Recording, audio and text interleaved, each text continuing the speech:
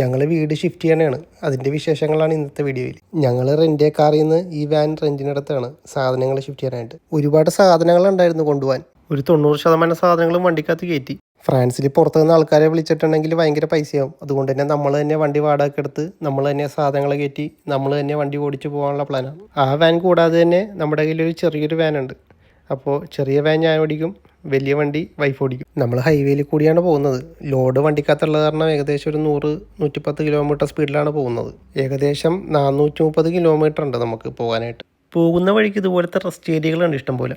അപ്പോൾ ഞങ്ങൾ അവിടെ വണ്ടി നിർത്തി അത്യാവശ്യം ഭക്ഷണമൊക്കെ കഴിച്ച് റെസ്റ്റൊക്കെ എടുത്തിട്ടാണ് പോയത്. ഏകദേശം 430 കിലോമീറ്റർ എത്താനായിട്ട് ഞങ്ങൾക്ക് വേണ്ടി വന്നത് 6-6.5 മണിക്കൂറാണ്. ഞങ്ങളിപ്പോൾ ഉള്ളത് ലുമോ എന്ന് പറയുന്ന സിറ്റിയിലാണ്. ആ സിറ്റി കാർ റേസിന് ഭയങ്കര ഫേമസ് ആണ്.